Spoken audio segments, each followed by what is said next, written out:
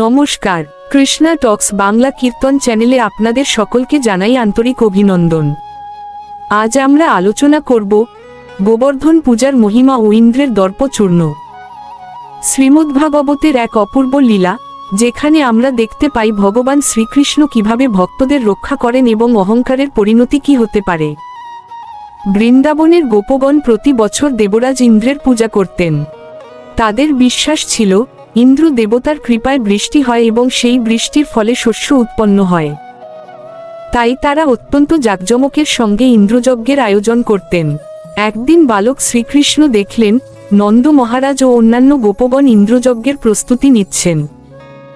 তখন তিনি জিজ্ঞাসা করলেন, পিতা, এই যজ্ঞ কেন করা হচ্ছে?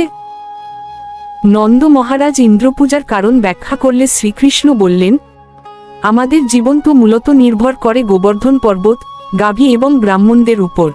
এখানে গোবর্ধন, গাভী এবং ব্রাহ্মণ এই তিনটি বিষয়কে শ্রীকৃষ্ণ একসাথে উল্লেখ করেছেন একটি গভীর কারণেই। গোবর্ধন হল প্রকৃতির প্রতীক, যা আমাদের জীবনের প্রয়োজনীয় খাদ্য, ঘাস ও পরিবেশ সরবরাহ করে। অর্থাৎ জীবন টিকে থাকে প্রকৃতির উপর নির্ভর করে। গাভী হল জীবনের পুষ্টির উৎস। দুধ, ঘি, দই এসব শুধু খাদ্য নয়, এটি শরীর ও ধর্মীয় জীবনের পবিত্র ভিত্তি। আর ব্রাহ্মণ হল জ্ঞান ও ধর্মের ধারক, যিনি সমাজকে সঠিক পথ দেখান, সত্য ও ন্যায়ের শিক্ষা দেন। এই তিনটি মিলেই একটি পূর্ণ জীবনচক্র তৈরি করে, প্রকৃতি, পুষ্টি এবং জ্ঞান। তাই শ্রীকৃষ্ণ বোঝালেন, আমাদের প্রকৃত নির্ভরতা কোনো দূরের শক্তির আড়ম্বরপূর্ণ যজ্ঞে নয়, বরং এই বাস্তব জীবনধারার ভিত্তির মধ্যেই নিহিত। গোবর্ধন আমাদের গাভীদের জন্য ঘাস দেয়, বন দেয়, জল দেয়। তাই আমাদের উচিত গোবর্ধন পর্বতের পূজা করা। শ্রীকৃষ্ণের কথা শুনে বৃন্দাবনের সকল বাসিন্দা ইন্দ্রযজ্ঞ বন্ধ করে গোবর্ধন পূজার আয়োজন করলেন। তারা নানারকম সুস্বাদু খাদ্য, মিষ্টান্ন, ফলমূল ও ভোগ নিবেদন করলেন। তখন শ্রীকৃষ্ণ নিজেই এক বিশাল রূপ ধারণ করে সেই সমস্ত ভোগ গ্রহণ করলেন এবং গোবর্ধনের মহিমা প্রকাশ করলেন। কিন্তু এই সংবাদ যখন দেবরাজ ইন্দ্রের কানে পৌঁছাল, তখন তিনি অত্যন্ত ক্রুদ্ধ হয়ে উঠলেন।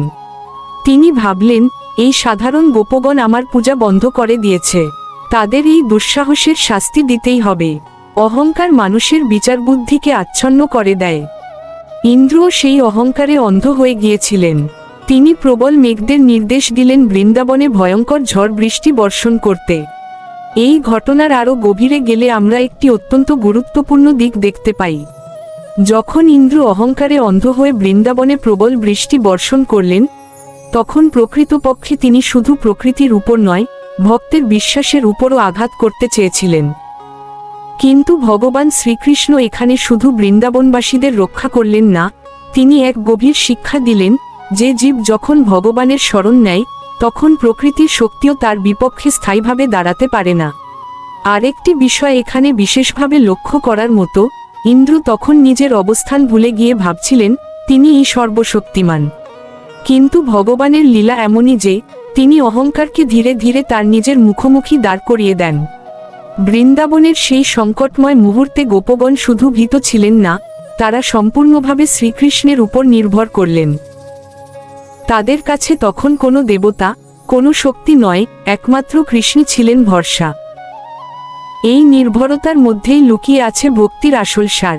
যখন জীব সমস্ত বাহ্যিক আশ্রয় ছেড়ে একমাত্র ভগবানের উপর নির্ভর করে, তখনই ভগবানের কৃপা পূর্ণভাবে প্রকাশ পায়। মুহূর্তের মধ্যেই চারদিকে অন্ধকার নেমে এলো। প্রবল বজ্রপাত, ঝড় এবং মুষলধারে বৃষ্টিতে সমগ্র বৃন্দাবন বিপর্যস্ত হয়ে পড়ল। গোপগণ, গোপীগণ এবং গবাদি পশুরা আতঙ্কিত হয়ে শ্রীকৃষ্ণের শরণাপন্ন হলেন। তখন করুণাময় শ্রীকৃষ্ণ সকলকে রক্ষা করার জন্য এক অলৌকিক লীলা প্রদর্শন করলেন। তিনি তার বাম হাতের কনিষ্ঠ আঙুলে গোবর্ধন পর্বত তুলে ধরলেন, যেন একটি শিশু সহজে একটি ছাতা ধরে রাখে। সমস্ত বৃন্দাবনবাসী সেই পর্বতের নিচে আশ্রয় গ্রহণ করলেন। 7 দিন ও 7 রাত ধরে নিরবচ্ছিন্ন বৃষ্টি চলতে লাগল, কিন্তু শ্রীকৃষ্ণের ভক্তদের কোনো ক্ষতি হল না। এই লীলার মধ্যে একটি গভীর শিক্ষা রয়েছে। যখন জীব ভগবানের আশ্রয় গ্রহণ করে, তখন পৃথিবীর কোনো শক্তি তাকে প্রকৃত অর্থে ক্ষতি করতে পারে না। শ্রীকৃষ্ণ নিজেই তার ভক্তদের রক্ষা করেন। অন্যদিকে ইন্দ্রের অহংকার ধীরে ধীরে ভেঙে যেতে লাগল। তিনি বুঝতে পারলেন, যার সঙ্গে তিনি প্রতিযোগিতা করতে চেয়েছেন তিনি কোনো সাধারণ বালক নন, তিনি স্বয়ং পরমেশ্বর ভগবান শ্রীকৃষ্ণ। অবশেষে ইন্দ্র নিজের ভুল উপলব্ধি করলেন। তিনি বৃন্দাবনে এসে শ্রীকৃষ্ণের চরণে প্রণাম করলেন এবং ক্ষমা প্রার্থনা করলেন।